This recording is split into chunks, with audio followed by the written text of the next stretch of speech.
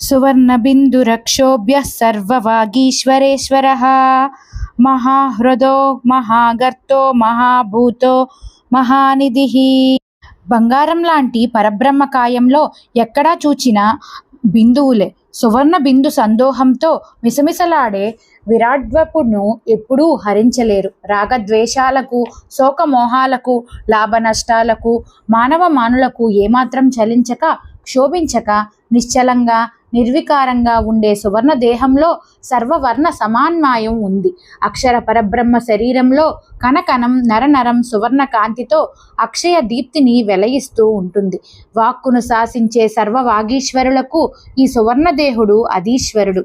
ఈ సువర్ణదేహుని సువర్ణ బిందువులతో ఓ మహాహ్రదం, గొప్ప మదుగు ఏర్పడి ఉంది. అదే సువర్ణ ప్రపంచం, వాజ్మయ జగత్తు.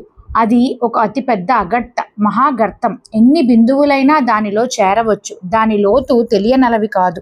పంచమహాభూతాలను, తన్మాత్రలను తనలో ఇముడ్చుకోగల ఘనపరిమాణం ఆ హ్రదానికి, గర్తానికి ఉంది. ఏకాంతంగా సమాధిని నిలిపి యోగులు సాధించిన నిధులన్నీ ఆ మహానిధిలో ఉన్నాయి. పరబ్రహ్మ ప్రజానీకానికి ప్రసాదించే ఈ సువర్ణమాల సకల జన సంసేవ్యమైనది. పరతత్వం అక్షర రూపంలో అందరికీ అందుబాటులోకి వస్తుంది.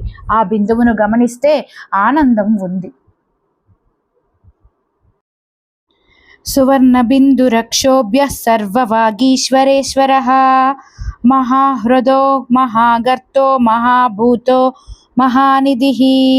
బంగారం లాంటి పరబ్రహ్మకాయంలో ఎక్కడా చూచిన బిందువులే. సువర్ణ బిందు సందోహంతో మిసమిసలాడే విరాడ్వపును ఎప్పుడూ హరించలేరు. రాగద్వేషాలకు, శోకమోహాలకు, లాభనష్టాలకు, మానవ మానులకు ఏమాత్రం చలించక, క్షోభించక, నిశ్చలంగా, నిర్వికారంగా ఉండే సువర్ణ దేహంలో సర్వవర్ణ సమాన్మాయం ఉంది. అక్షర పరబ్రహ్మ శరీరంలో కణకణం నరనరం సువర్ణ కాంతితో అక్షయ దీప్తిని వెలయిస్తూ ఉంటుంది. వాక్కును శాసించే సర్వవాగీశ్వరులకు ఈ సువర్ణదేహుడు అధీశ్వరుడు.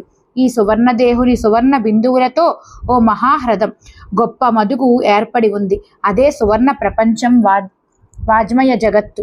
అది ఒక అతిపెద్ద అగట్ట, మహాగర్తం. ఎన్ని బిందువులైనా దానిలో చేరవచ్చు. దాని లోతు తెలియనలవి కాదు. పంచమహాభూతాలను, తన్మాత్రలను తనలో ఇముడ్చుకోగల ఘనపరిమాణం ఆ హ్రదానికి, గర్తానికి ఉంది. ఏకాంతంగా సమాధిని నిలిపి యోగులు సాధించిన నిధులన్నీ ఆ మహానిధిలో ఉన్నాయి. పరబ్రహ్మ ప్రజానీకానికి ప్రసాదించే ఈ సువర్ణమాల సకల జన సంసేవ్యమైనది. పరతత్వం అక్షర రూపంలో అందరికీ అందుబాటులోకి వస్తుంది. ఆ బిందువును గమనిస్తే ఆనందం ఉంది.